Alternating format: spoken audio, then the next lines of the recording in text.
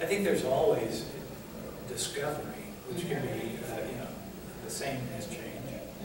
Yeah. And if faced with something that I can't, that goes against what my story instinct is, I try to look at it as an opportunity to discover more about the character or story, sort of or something like that.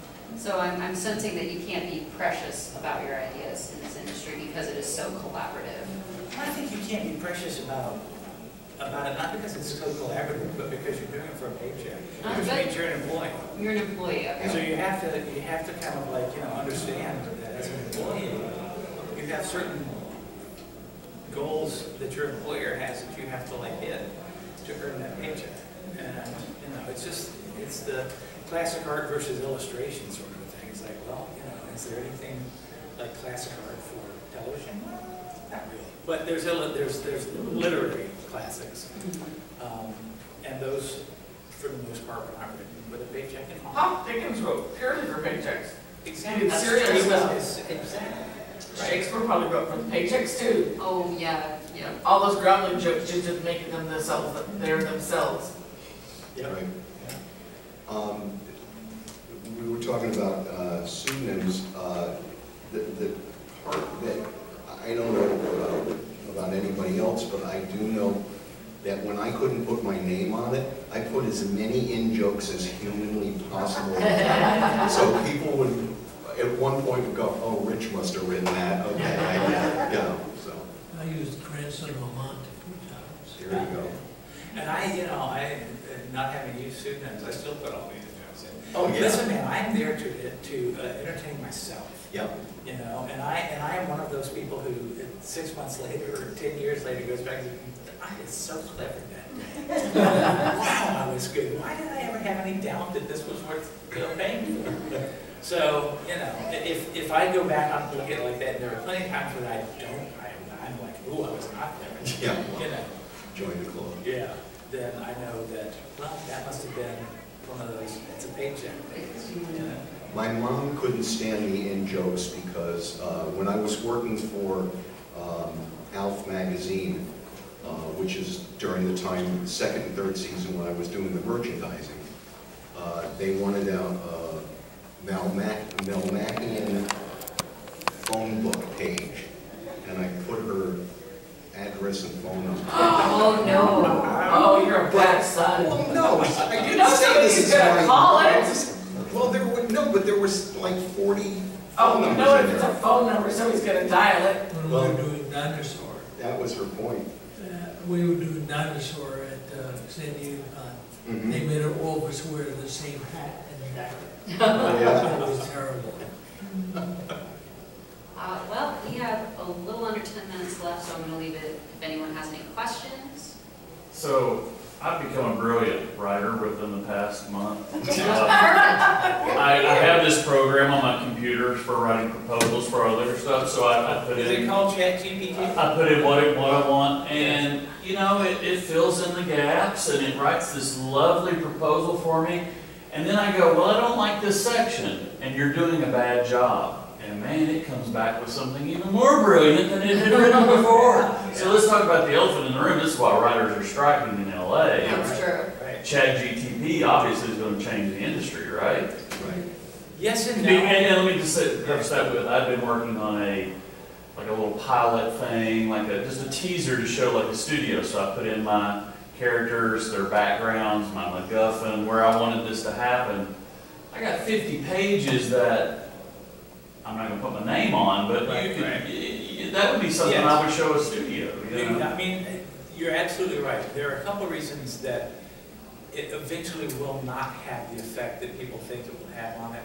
The first one being that there's legislation in almost every state to make it uncopyrightable. Yes, stuff generated by AI. Right. If it's generated by AI, now of course some of it can pass and people. We're just going on the honor system here. That's right, exactly. So we need to figure out the logistics of all of it. But I think that that's going to wind up being the thing. Yeah. Now, what I do believe it can do is it can refine something that a writer has as a tool, much as Photoshop has filters that refine things that digital artist has. Sure. And applied to that, I don't see a whole lot of problem with it. If it becomes the writer, is where it becomes the problem. It was just kind of funny because we did a proposal for Ubisoft and we sent it to them and they wrote us back and they said, this headline that you used, we want to use that. Can we use that? And the next thing we know, it's on their website. Yeah. And I'm just kind of like, and I wrote Carlos, I said, well, that was a chat GTP thing. He goes, we don't care. You know, so I mean, I think it's becoming pretty mainstream among, you know, a lot of the studios. And again, I also think if you, because I work in merchandising and licensing a lot, I'm very conversant in the language of copyright. Yeah. And there's fair usage clause. There's a fair usage clause that talks about a portion of the work being available under certain. Yeah, but I'm a licensee. They can take anything I want. You know, they can take it and they can steal it and do whatever they want to with it. You're exactly right. But you can use a portion of a work for scholarly, critical, you know, informative usage without paying any sort of copyright fee, licensing fee. And I think that it will, again, kind of boil down to what fits within that. It has to, you know, there has to be a funnel for AI. Yeah. So that everything can be poured into one end, and the value comes out of a tiny, small hole in the bottom. And I think that that's what will happen. That's pretty incredible. It may take a lot of growing pains to get there. Yeah.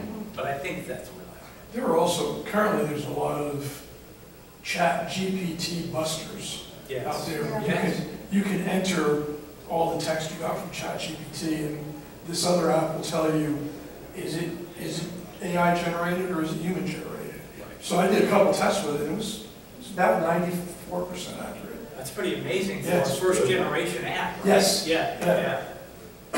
So, you know, I think it's definitely the 800-pound gorilla in the room. Yeah. Like you said. And it's absolutely why the WGA are on strike. And that's why SAG-AFTRA is on strike for the same reasons. It's like, well, if you're going to pay us a single day rate as an extra and digitize our likeness and use it forever for free, screw that. You know? What I would like to ask if any of our other panels would have an idea on AI or anything like that, or if we wanted to get to another question. I'm just hoping that we don't get to a point where it's more soulless than it is now. You know, the human experience has to be in there, and that's all I have on AI, but I just don't want it to go there.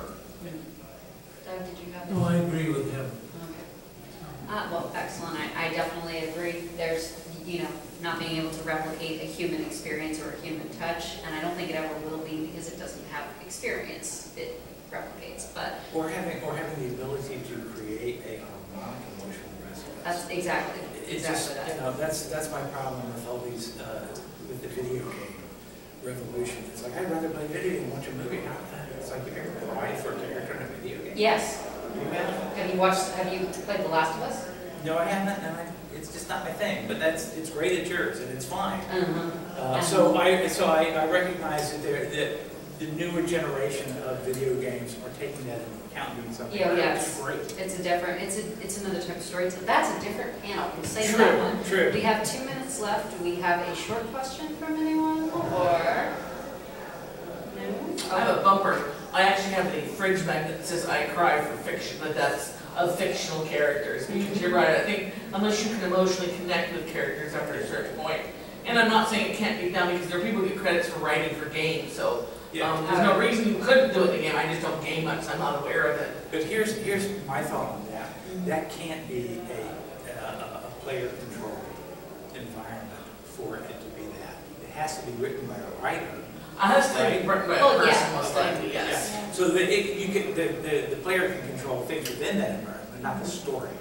although there are things that are coming that are AI generated, and these scripts will be generated based on the play of the game. Yeah, It's and coming. that's, you I've know, seen it, so it's coming. But you still have input from the players, so Right, there are enough exactly. humans to And play. also, isn't that just a choose your own ending book? Yeah. Like it has Yeah, kids. but it's a video Right, game. but it's a You can video play game. it, but you know, Right. you can play it like a game. Well, we are at our last minute, so if our panelists would like to give any final thoughts, maybe about people who aspire to be TV writers, maybe about. I was lucky, so I'll leave it at that. Well, so was I, but I will say, if you're going to try to go into this as a business, learn the phrase, scripts aren't written, they're rewritten. Because it's true. It's true. And it's not as bad as it sounds, especially when you get Ron Oliver doing you a favor like he did for my stuff. I'm sure it can go the other way, but, you know. And I would say if you're interested in the reality of being a television writer in today's age, that you check out Javier Reggio Mark's Watch. Oh, His website, he has almost every script he's ever written on there, every pitch he's ever done, most of the notes he's received, and a whole bunch of great informative information on television. I saw him at DragonCon years ago, and Lost was new, and he was fab. He was. That's where I met Yes, him. and yeah, I've we been were in that following him upper ever Marriott since. Lounge, and he was Could amazing. you repeat that name one more time? Yes, it's Javier Grillo, Grillo, dash Mark's Watch, which is It's hard to remember. Xuah. He was on Lost, right? He Yes, did he was Lost, he the did scanner the for Lost. Chronicle, he went on to one of the ghosts. It sounds like a brilliant resource. I think he's doing The Witcher right now. Oh, and, no. Fascinating. I can't remember it. Yeah, he's not taking a day off that he didn't plan. And he the left last 20 Lost to be years. one of those ladies who see ghost shows. Well, ladies and gentlemen, we are at the top of our time. Thank you so much. Thank you so much for Yeah. our panelists. Thank you for coming. And before you leave, it's almost Halloween, come get some candy. Oh. I have to bring it with me. And thank you so much. Thank you guys so much. Take some. Oh, there's Halloween bags. I'm getting candy. Probably one too, Skipping me up. since they appear to be randomly bad. Sure thing. Awesome. Alright, Say I'm I'll take the glad. pumpkin, I'll take the All right, pumpkin. I'm back in the table. Thank you, sir. Thank you again, Doug. Thank you. So if you get bored and any pumpkins around our house, everything chocolate.